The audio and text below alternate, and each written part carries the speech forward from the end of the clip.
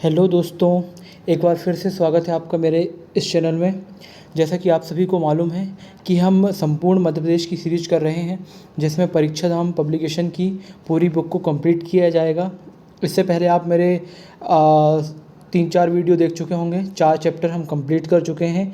ये आज का हमारा 5वां चैप्टर है और 5वां वीडियो है, जिसमें हम कवर करने वाले हैं मध्य प्रदेश की पर्वत श्रृंखलाएँ और मध्य प्रदेश की भूगर्भिक संरचना के बारे में हम इसमें जानेंगे। ठीक है, यदि आपने मेरे बाकी पहले के वीडियो नहीं देखे हैं तो आप पहले उनको जाके देख लीजिए, तभी आपको ये सारी चीज़ें क्लियर होंगी। ठीक है, चलिए तो शुरुआत करते हैं हम आज की क्लास का। तो ठीक है, आज का चैप्टर है मध्य प्रदेश की पर्वत श्रृंखलाएँ। आइए मध्य प्रदेश की पर्वत श्रृंखलाओं के बारे में जानते हैं। सबसे पहले हम देखते हैं ऊपर की ओर इस वाले एरिया में है गोपांचल पर्वत। ठीक है, इनके बारे में हम आगे डिटेल में पढ़ेंगे। गोपांचल पर्वत, आप सिर्फ लोकेशन देख लीजिए, उसकी फ़ोटो आँखों में खींच लीजिए और जब हम डिटेल पढ़ेंगे तो इन्हीं फ़ोटो को रिवाइज़ करते रहिए। बिल्कुल, यहाँ पर है सिगार चोटी। सिगार चोटी मालवा पठार की सबसे ऊँची चोटी है। फिर जब यहाँ हम नीचे आते हैं, यहाँ पर पड़ती हैं विंध्याचल श्रेणी। विंध्याचल श्रेणी, भांडेर श्रेणी और कैमूर श्रेणी। कैमूर श्रेणी, फिर यहाँ पर ऊपर है ये सद्भावना शिखर। सद्भावना शिखर, गुडविल चोटी या कालूमार चोटी, इसी का ही अन्य नाम है, जैसा कि हमने पठारों में ही पढ़ा था। ठीक है, यहाँ देखते हैं, यहाँ पर मिलती है कौन सी, चूलगिरी चोटी। इस वाले एरिया में मिलती है धूपगढ़ चोटी और यहाँ देखने को मिलती है अमरकंटक चोटी।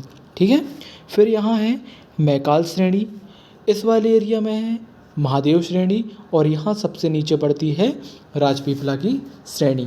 ठीक है, आइए अब इनको डिटेल में पढ़ लेते हैं कि डिटेल में ये इनके बारे में और क्या अधिक हमको फैक्ट देखने को मिलते हैं। ठीक है, जैसा आपको दिख रहा है कि विंध्याचल पर्वत श्रेणी का भी विभाजन दिया गया है। विंध्याचल पर्वत श्रेणी नर्मदा नदी के समानांतर जो ऊपर की ओर स्थित है, नर्मदा नदी के उत्तर की ओर जो स्थित है पर्वत श्रृंखला विंध्याचल पर्वत श्रृंखला है। इसको 3 भागों में बांटा जाता है। देखते हैं 3 भाग कौन कौन से हैं। पहला विंध्याचल, दूसरा भांडेर और तीसरा कैमूर। ये विंध्याचल पर्वत श्रेणी के 3 भाग हैं। बिल्कुल क्लियर है यहाँ तक। अब देखते हैं इनके बारे में डिटेल। विंध्याचल के बारे में देखें तो यह विंध्याचल पर्वत श्रेणी का पश्चिमी भाग है। इस पर्वत के अंतर्गत मांडू, असरफी पहाड़ी, वांचू पॉइंट, काकरीवर्डी, सलकनपुर व भीमबेटका आते हैं। एक बार फिर से, मांडू, असरफी पहाड़ी, वांचू पॉइंट, काकरीवर्डी, सलकनपुर व भीमबेटका किसके अंतर्गत आते हैं? विंध्याचल पर्वत श्रेणी की विंध्याचल वाले भाग के अंतर्गत आते हैं, जो कि विंध्याचल पर्वत श्रेणी का पश्चिमी भाग है। बिल्कुल यहाँ तक क्लियर है। अब देखते हैं भांडेर के बारे में, जो कि मध्य वाला भाग है। यह विंध्याचल का मध्य का भाग है। इस श्रेणी के अंतर्गत सद्भावना चोटी या गुडविल चोटी या कालूमार चोटी, जिसकी ऊंचाई 752 मीटर है और यह दमोह जिले में स्थित है। हम जब पठार पढ़ रहे थे तो पठारों में इन चीज़ों को हमने और भी डिटेल में पढ़ा था कि ये किस पठार में आते हैं, किस ज़िले में आते हैं। यदि आपने वो वीडियो देखा होगा तो आप ये बखूबी जानते होंगे, और यदि आपने नहीं देखा है तो जाके पहले वो वीडियो देखिए, इसके पश्चात यहाँ पर आकर फिर से विजिट कीजिए। ठीक है, अब देखते हैं कैमूर पर्वत के बारे में। मतलब विंध्याचल पर्वत श्रेणी का एक छोटा सा पर्वत जो पूर्वी पर्वत है, पूर्वी भाग है, उसका नाम है कैमूर। यह विंध्याचल का पूर्वी भाग है। इसके अंतर्गत त्रिकुटा पर्वत जो कि मैहर में स्थित है, गिद्धराज पर्वत जो कि सतना जिले में स्थित है। यह कैन नदी का उद्गम स्थल है व कैमूर श्रेणी यमुना व सोन के मध्य जल विभाजक का कार्य करती है। चलिए आइए इसको फिर से समझते हैं। जो कैमूर श्रेणी है, विंध्याचल पर्वत श्रेणी का भाग मतलब पूर्वी भाग क्या है? कैमूर। तो इसके अंतर्गत त्रिकुटा पर्वत आते हैं और गिद्धराज पर्वत आते हैं। कैमूर के अंतर्गत त्रिकुटा पर्वत और गिद्धराज पर्वत। जो त्रिकुटा पर्वत है वो मैहर जिले में स्थित है। किस जिले में? मैहर जिले में। और गिद्धराज पर्वत सतना जिले में। दोनों में बहुत फ़र्क है क्योंकि मैहर जिला बन चुका है। यह कैन नदी का उद्गम स्थल है। मतलब जो कैमूर वाला भाग है विंध्याचल पर्वत श्रेणी का पूर्वी भाग कैमूर, यह केन नदी का उद्गम स्थल है। क्लियर, यहाँ तक क्लियर हो चुका होगा। फिर आगे देखते हैं, कैमूर श्रेणी यमुना और सोन के मध्य जल विभाजक का कार्य करती है। जैसे ये हमारी कैमूर श्रेणी है, ठीक है। कैमूर श्रेणी ऊपर से बहती है यमुना नदी और नीचे से बहती है सोन नदी, तो दोनों के बीच में जल विभाजक का कार्य करती है कैमूर पर्वत श्रेणी या कैमूर पर्वत चोटी, ऐसा बोल सकते हैं, ठीक है। आपको क्लियर हो गया विंध्याचल पर्वत श्रेणी के बारे में, उसके तीनों भाग विंध्याचल, भांडेर और कैमूर। बिल्कुल, यदि वीडियो ज़्यादा तेज हो रहा होगा तो आप अपने हिसाब से कम या ज़्यादा कर सकते हैं अपनी सुविधा अनुसार। चलिए अब देखते हैं सतपुड़ा पर्वत श्रेणी के बारे में। क्या है सतपुड़ा पर्वत श्रेणी, किन किन भागों में इसको बांटा जाता है और क्या इसका डिवीज़न है, क्या इसके विभाजन हैं। जैसा कि आप सभी को मालूम है, इसका पश्चिमी भाग है, एक भाग इसका दक्षिणी और मध्य भाग कहा जाता है उसी को, और तीसरा है पूर्वी भाग। इसके पश्चिमी वाले भाग का नाम है राजपीपला, मध्य भाग का नाम है महादेव और पूर्वी भाग का नाम है मैकाल। पश्चिमी भाग राजपीपला, मध्य भाग महादेव और पूर्वी भाग मैकाल। बिल्कुल क्लियर है, ठीक है। चलिए राजपीपला के बारे में बात करते हैं। यह सतपुड़ा का पश्चिमी भाग है। कौन सा भाग है? सतपुड़ा का यह पश्चिमी भाग है, जिसका विस्तार गुजरात एवं मध्य प्रदेश में बुरहानपुर दर्रे तक है। कितना है? जिसका विस्तार गुजरात एवं मध्य प्रदेश में बुरहानपुर दर्रे तक है, ठीक है। इसके अंतर्गत अखरानी की पहाड़ियाँ, बड़वानी की पहाड़ियाँ, मथवार की पहाड़ियाँ, बीजागढ़ की पहाड़ियाँ और ग्वालगढ़ हिल्स तथा असीरगढ़ की पहाड़ियाँ आदि इसके अंतर्गत आती हैं। ऑल क्लियर है, ठीक है। एक बार फिर से देखते हैं कि जो सतपुड़ा पर्वत श्रेणी की का पश्चिमी भाग है राजपीपला, उसके अंतर्गत कौन सी पहाड़ियाँ, छोटी छोटी पहाड़ियाँ सम्मिलित हैं। पिछले MPPSC प्री में ये क्वेश्चन पूछा गया था कि बीजागढ़ की पहाड़ी किस पर्वत श्रेणी का भाग है, तो बीजागढ़ श्रेणी यहाँ दिया गया है। तो बीजागढ़ श्रेणी जिसका उत्तर था कि सतपुड़ा पर्वत श्रेणी या सतपुड़ा पर्वत श्रृंखला में बीजागढ़ की पहाड़ी सम्मिलित है या उसके अंतर्गत आती है, ठीक है। तो एक बार फिर से देखते हैं कि अखरानी की पहाड़ी, बड़वानी की पहाड़ी, मथवार की पहाड़ियाँ, बीजागढ़ की पहाड़ियाँ, ग्वालगढ़ हिल्स तथा असीरगढ़ की पहाड़ियाँ ये राजपीपला पर्वत के अंतर्गत आती हैं। राजपीपला श्रेणी की सर्वोच्च ऊंची चोटी चूलगिरी है। राजपीपला इस वाले भाग, सतपुड़ा श्रेणी के पश्चिमी भाग राजपीपला की सबसे ऊंची चोटी चूलगिरी है, जिसकी ऊंचाई 1215 मीटर है और यह बड़वानी जिले में स्थित है। कहाँ स्थित है? बड़वानी जिले में यह स्थित है। राजपीपला की सर्वोच्च चोटी चूलगिरी है, जिसकी ऊंचाई 1215 मीटर है। बड़वानी जिले में यह स्थित है। इस श्रेणी में स्थित असीरगढ़ को दक्षिण का प्रवेश द्वार कहा जाता है। किसका प्रवेश द्वार? दक्षिण का प्रवेश द्वार कहा जाता है। इस श्रेणी में स्थित असीरगढ़ को, मतलब सतपुड़ा पर्वत श्रेणी का पश्चिमी भाग राजपीपला, उसमें स्थित है असीरगढ़ श्रेणी। असीरगढ़ को दक्षिण का प्रवेश द्वार माना जाता है या कहा जाता है, ठीक है। आइए देखते हैं मध्य भाग या जिसको दक्षिणी भाग कहा जाता है सतपुड़ा पर्वत श्रेणी का। इसका नाम है महादेव पर्वत। महादेव पर्वत चोटी यह सतपुड़ा का मध्य भाग है। इसका विस्तार महाराष्ट्र व मध्य प्रदेश में खंडवा से सिवनी तक विस्तृत है। जिसका विस्तार महाराष्ट्र व मध्य प्रदेश में, जैसे महाराष्ट्र और मध्य प्रदेश वाले एरिया में इसका भाग विस्तृत है, और मध्य प्रदेश की बात करें तो यह खंडवा ज़िले से शुरू होता है और खंडवा से सीधे चलता हुआ बड़वानी, बैतूल, छिंदवाड़ा होते हुए, पांडुर्ना होते हुए ये सिवनी तक इसका भाग फैला हुआ है।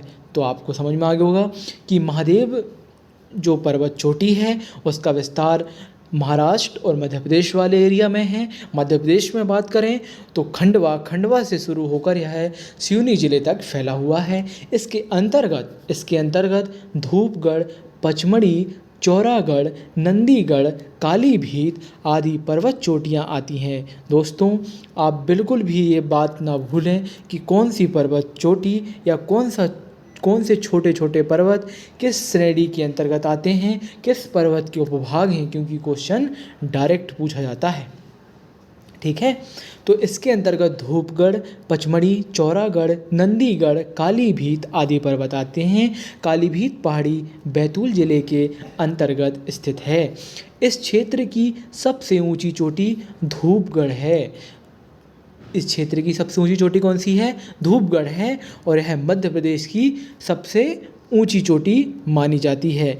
यह मध्य प्रदेश की कौन सी चोटी है? सबसे ऊंची चोटी यह मानी जाती है। ठीक है, क्लियर हो गया? चलिए आगे देख लेते हैं। अब हमारा सबसे पूर्वी भाग जिसके बारे में हमें पढ़ना है, ये पूर्वी भाग है सतपुड़ा पर्वत श्रेणी का, जिसका नाम है मैकाल। मैकाल पर्वत या मैकाल चोटी, ठीक है, इसका नाम देख लेते हैं, इसका आगे डिटेल देख लेते हैं क्या है।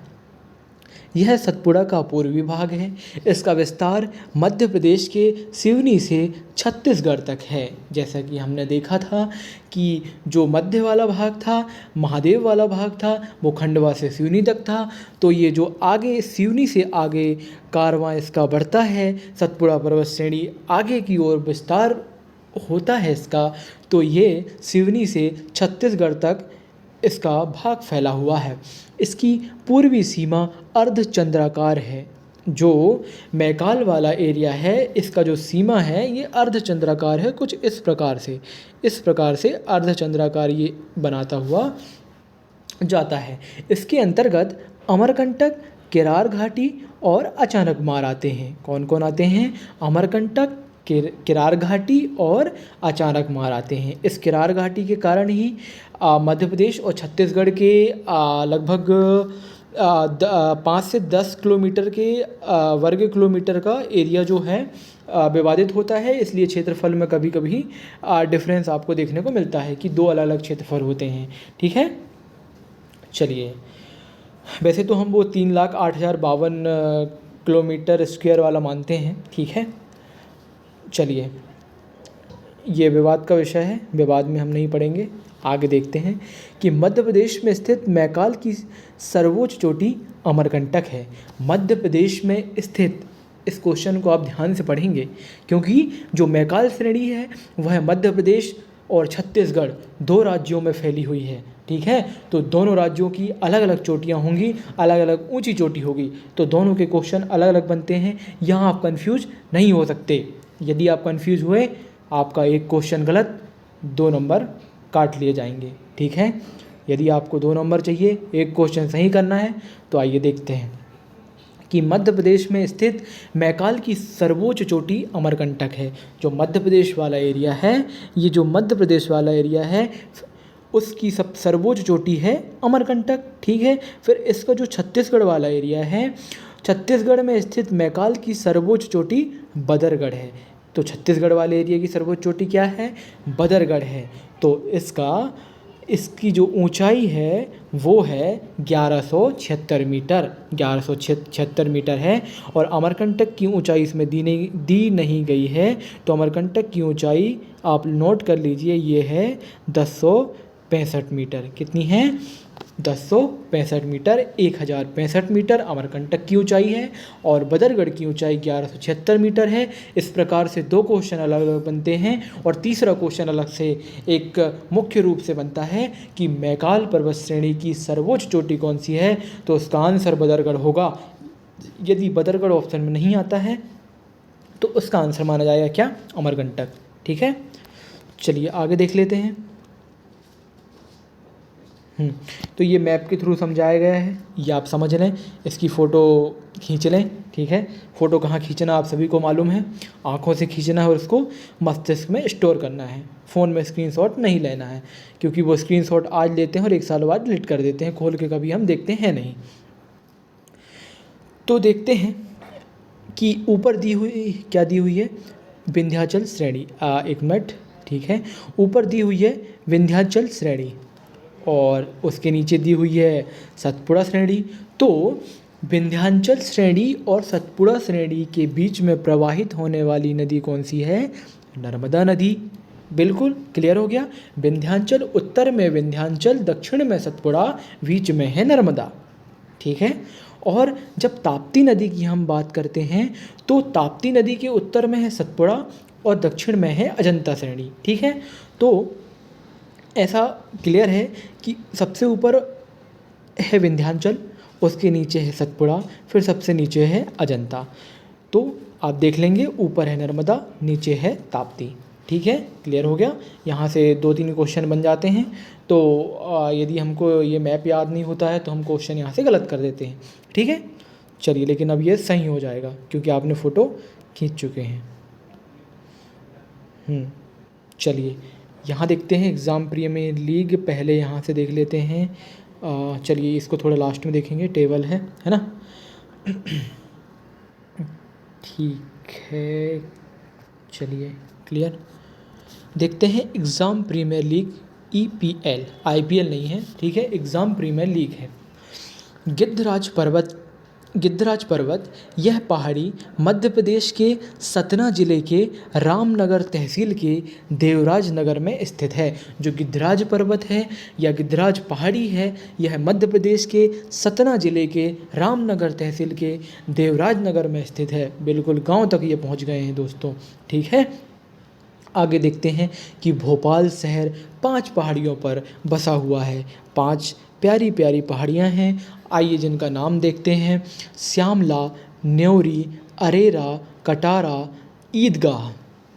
फिर से ये क्वेश्चन बार बार पूछा जाता है कि निम्न में से किस पहाड़ी पर भोपाल नहीं बसा हुआ है। 3 ऑप्शन दे देगा जिसमें बसा हुआ है, चौथा कुछ भी पहाड़ी डाल देंगे, फिर हम गलत कर देते हैं। ठीक है, इसलिए आपसे गलती ना हो तो याद करते हैं। श्यामला, न्योरी, अरेरा, कटारा, ईदगाह। श्यामला, न्योरी, अरेरा, कटारा, ईदगाह। 5 हो गई। ठीक है, आगे बढ़ते हैं एग्ज़ाम प्रीमियर लीग में। नरो हिल्स सतना जिले में स्थित है। नरो हिल्स कहाँ स्थित है? नरो हिल्स सतना जिले में स्थित है, जो अपनी जैव विविधता के लिए प्रसिद्ध है। नरो हिल्स सतना जिले में स्थित है, जो कि अपनी जैव विविधता के लिए प्रसिद्ध है। दोस्तों, नरो हिल्स सतना जिले में स्थित है, जो अपनी जैव विविधता के लिए प्रसिद्ध है। ठीक है। मध्य प्रदेश की सबसे ऊंची चोटी है धूपगढ़, जिसकी ऊंचाई 1350 मीटर है। 1350 मीटर ही आधिकारिक रूप से है। 1352 मिलती है तो वो अभी उसको मान्यता नहीं मिली है। 1352 बहुत सी बुकों में देखने को मिलता है, जो कि अभी मान्य नहीं है। अभी मान्य है 1350 मीटर। ठीक है। पचमढ़ी में होशंगाबाद जिले में यह स्थित है। मध्य प्रदेश की सबसे ऊँची चोटी धूपगढ़, जिसकी ऊंचाई 1350 मीटर है, पचमढ़ी में होशंगाबाद जिले में यह स्थित है। बात करते हैं लांजी हिल्स की। लांजी हिल्स बालाघाट में स्थित है। कहाँ स्थित है? बालाघाट। लांजी हिल्स बालाघाट। लम्हेटा हिल्स जबलपुर। तो लांजी हिल्स कहाँ स्थित है? बालाघाट में स्थित है। लम्हेटा हिल्स जबलपुर में स्थित है। गोपांचल पर्वत पर ग्वालियर किला स्थित है। ये अलग से फैक्ट है कि गोपांचल पर्वत ग्वालियर में स्थित है और ग्वालियर किला गोपांचल पर्वत पर स्थित है। ठीक है, ऑल क्लियर। चलिए, तो ग्वालियर कहाँ है? ग्वालियर मध्य प्रदेश में है। आप भी कंफ्यूज हो गए। ठीक है। मैकाल रेंज में सर्वाधिक खनिज मिलते हैं। मैकाल रेंज में सर्वाधिक खनिज मिलते हैं। यदि आपसे क्वेश्चन पूछा जाए कि मैं किस रेंज में या किस पर्वत श्रेणी में सर्वाधिक खनिज मिलते हैं, वो मिलते हैं मैकाल रेंज में। ठीक है, कोई बात नहीं। अब बात कर लेते हैं त्रिकोटा पर्वत की। त्रिकोटा पर्वत जो कि मैहर जिले पर शारदा माता का मंदिर बना हुआ है। त्रिकोटा पर्वत पर माँ शारदा का मंदिर बना हुआ है। त्रिकोटा पर्वत किस जिले के अंतर्गत आता है? मैहर जिले के अंतर्गत आता है, जो कि अभी हमारा नवीन जिला बना है। ठीक है, पहले ये सतना जिले के अंतर्गत आता था। यदि आप करंट से अपडेट रहते होंगे तो आपको ये जानकारी 1 साल पहले ही प्राप्त हो गई थी। ये 5 अक्टूबर 2023 की बात है। ठीक है, काफ़ी समय बीत चुका है उस चीज़ को। चलिए आगे देखते हैं। भारत के राष्ट्रगान में मध्य प्रदेश के विंध्याचल पर्वत का नाम आता है। ठीक है, भारत के राष्ट्रगान में मध्य प्रदेश के विंध्याचल पर्वत का नाम आता है। बिल्कुल, यदि आता है तो आप दोहरा के देख सकते हैं, आपको बिल्कुल ये नाम प्राप्त हो जाएगा।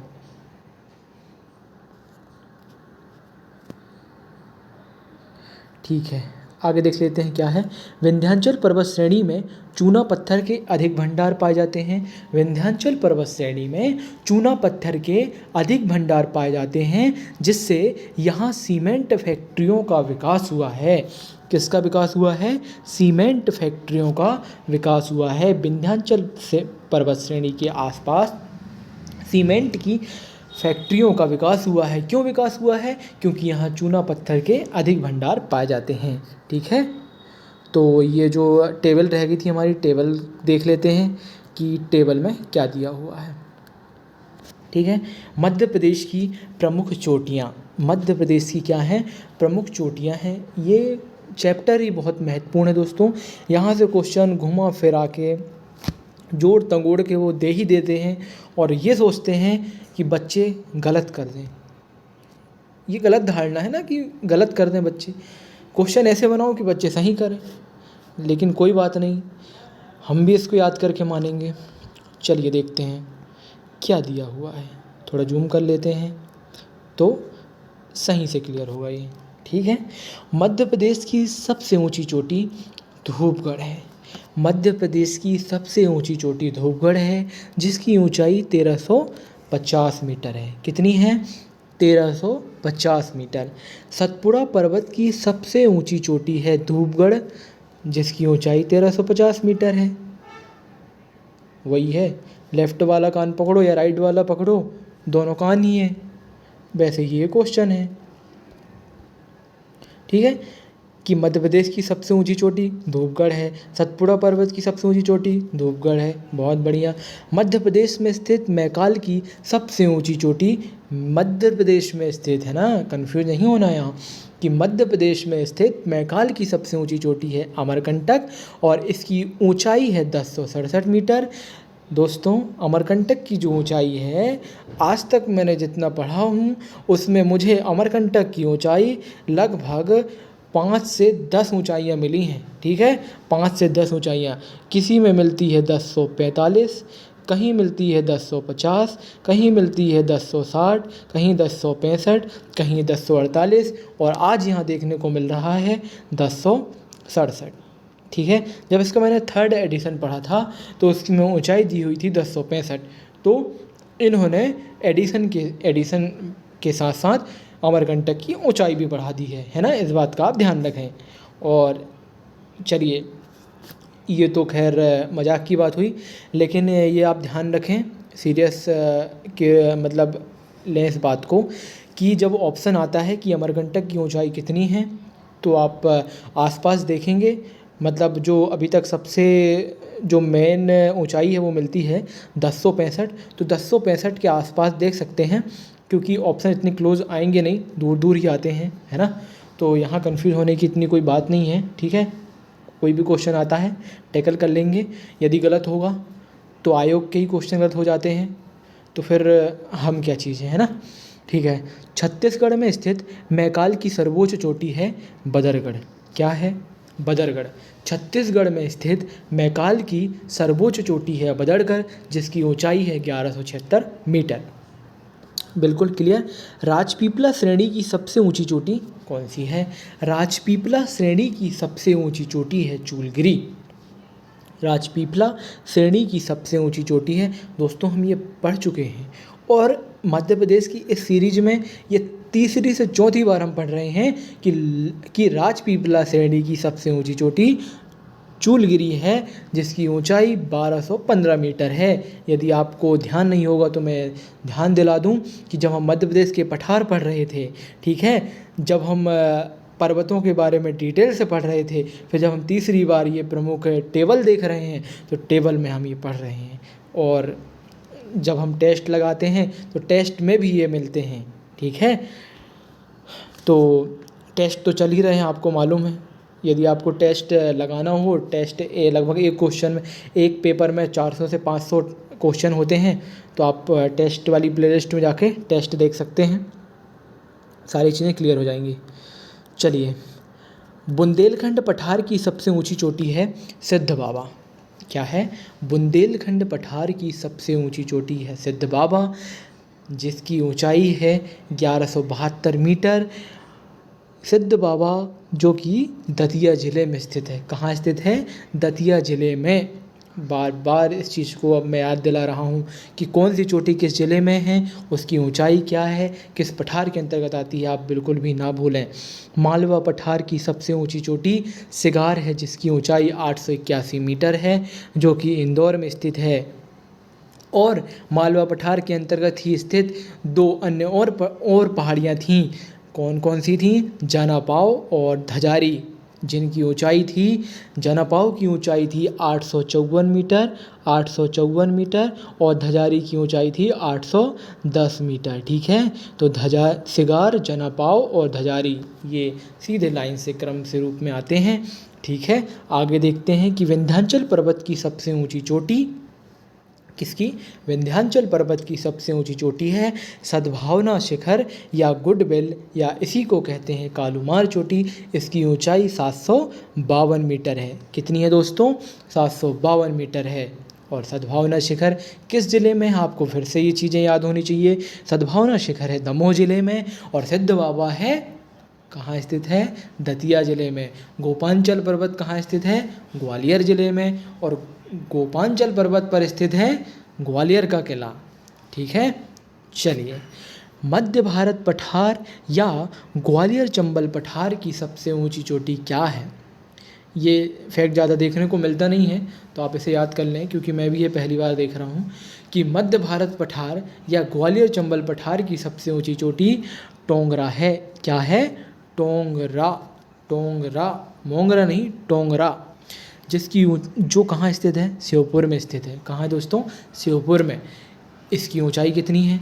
430 मीटर या 1411 फीट। ये फिट में नहीं पूछा जाता ऊंचाई, ये मीटर में ही ज़्यादा कंसीडर की जाती है। और यहीं से क्वेश्चन बनता है कि मध्य भारत का पठार या ग्वालियर चंबल पठार स्थित टोंगरा पर्वत श्योपुर ज़िले में स्थित है, जिसकी ऊंचाई 430 मीटर है। 430 मीटर्स इसकी ऊंचाई है। ठीक है, चलिए आगे देखते हैं।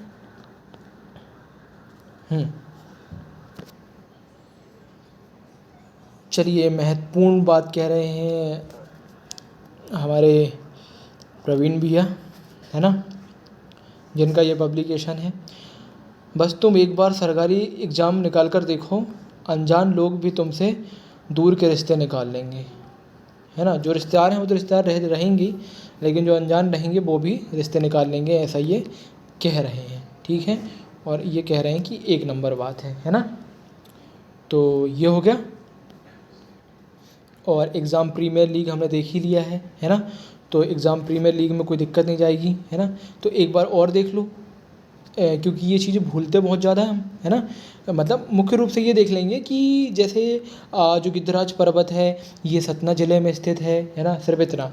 जो भोपाल शहर है वो 5 पहाड़ियों में स्थित है, श्यामला, न्योरी, अरेरा, कटारा, ईदगाह, है ना, 5 श्रेणी हो गई।